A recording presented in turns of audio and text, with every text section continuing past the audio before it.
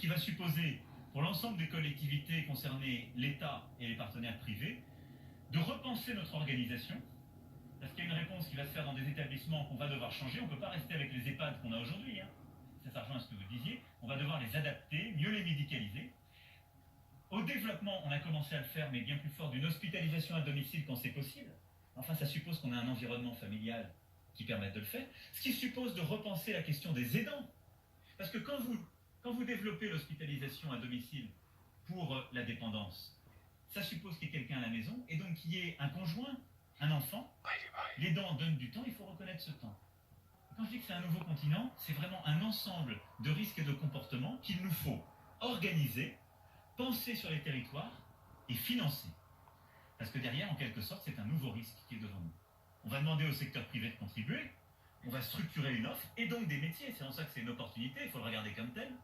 On va pouvoir faire par la dépendance de l'innovation, parce que ça permet de développer la domotique pour les personnes les plus âgées et les plus dépendantes. Mais derrière, on va devoir savoir comment on le finance aussi. On a ouvert la concertation, elle s'achèvera à l'automne, et l'objectif derrière est de pouvoir soumettre au législateur un texte de loi qui permettra de construire ce nouveau risque. Je l'ai remis en perspective parce que on parle de la dépendance comme d'un mot technique, mais c'est au cœur de la société qui est en train de s'inventer, d'une société qui vieillit. Il ne faut pas le voir avec angoisse, ça veut dire qu'on vit de plus en plus vieux, parfois en bonne santé ou mentale ou physique, mais il manque quelque chose pour être en autonomie. Et ça participe de ce projet de société qu'on évoquait tout à l'heure, une société inclusive. Et donc il va falloir penser cette nouvelle organisation, ce nouveau risque et ses financements, et de le faire de manière là aussi très concertée.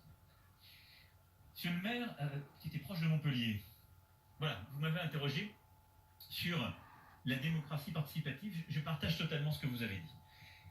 Quelque part, c'est ce que nous sommes en train de faire. Ce que les uns et les autres, vous êtes en train de faire aussi dans vos communes. On tâtonne tous un peu. Mais on est en train de devoir construire une nouvelle forme de démocratie délibérative. Au fond, pour vous livrer une conviction, et ça rejoint la question qui m'avait été posée, et je vais en parler en même temps, sur la réforme du CESE. L'un des défis que nous avons tous en tant que décideurs politiques légitimes, c'est que le monde dans lequel nous vivons, en effet, fait circuler l'information beaucoup plus vite.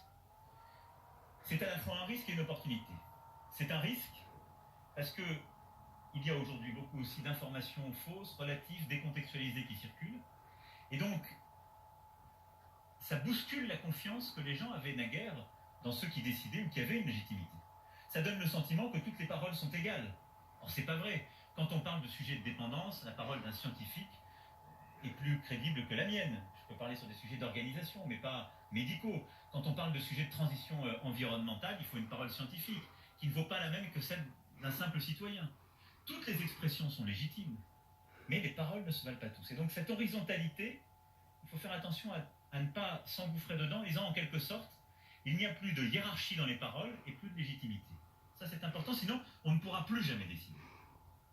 Et de l'autre côté, c'est une opportunité, parce que si on arrive à faire circuler l'information véritable, les experts, ceux qui sont en situation de responsabilité comme vous, s'exprimant, et chacun sachant de là où il parle, et donc s'exprimant non pas de manière anonyme, mais en disant d'où il parle et qui il est, nos concitoyens, en effet, partagent beaucoup mieux la décision publique.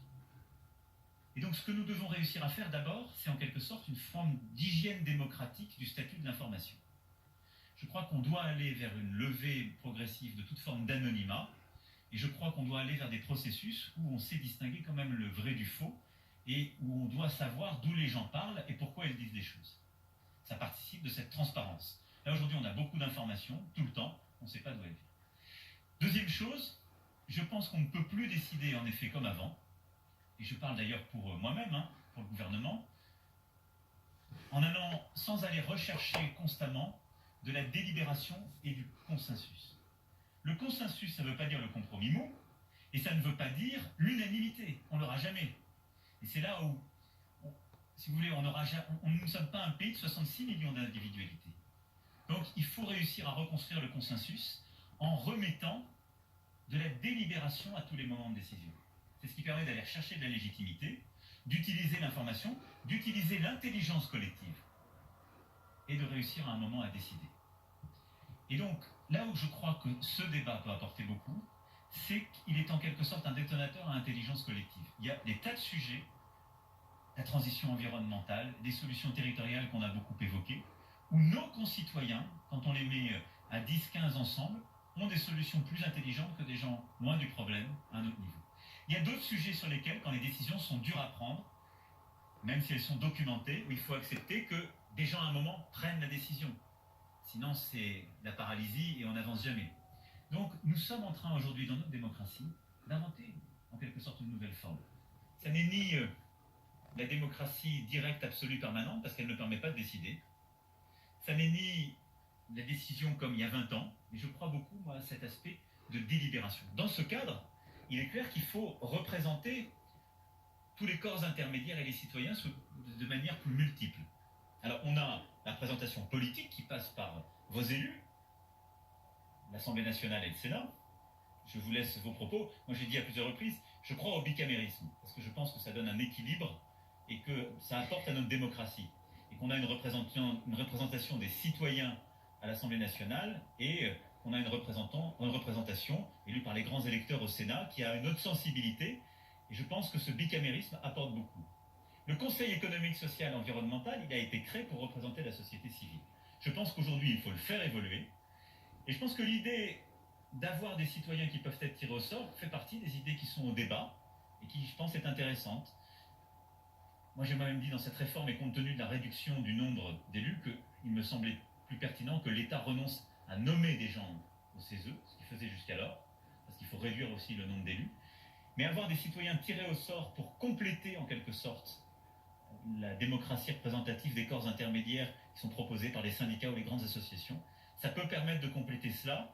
Je pense qu'il faut aussi réfléchir, dans ce cadre-là, à l'idée d'avoir plus de démocratie délibérative et ses formes de représentation au niveau local.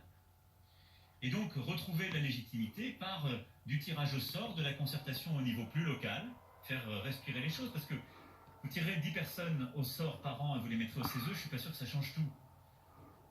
Le faire davantage au niveau local, beaucoup se sont déjà mis à des budgets participatifs. Beaucoup d'initiatives ont été prises par les maires et leurs communes. Je pense que là-dessus, il y a aussi des initiatives locales qui peuvent être prises pour donner de la vigueur, retrouver cette capacité à délibérer et prendre de la décision différemment. En tout cas, je pense qu'on a tous à y réfléchir et ça fait partie des choses qui peuvent vraiment alimenter et sortir de ce débat. J'ai ensuite été, et c'est une bonne transition, interrogé par un maire du Lot sur le monde associatif. C'était vous, monsieur le maire. Et vous avez raison d'en parler. J'y crois profondément. Je pense que ça fait partie de ces corps intermédiaires que nous avons plusieurs fois évoqués. Et les associations font partie également de citoyens engagés qui font pour la République. Alors, vous avez évoqué la réserve. Néanmoins, elle n'a pas été supprimée intégralement. Elle a été transformée par le législateur. Et je dis ça avec beaucoup d'humilité parce que c'est une décision qui relève des députés qui ont légiféré pour eux-mêmes, comme le veut le principe de séparation des pouvoirs. Mais ils ont mis en place un fonds de dotation, le FDVA, justement, à direction des associations. Et donc je pense que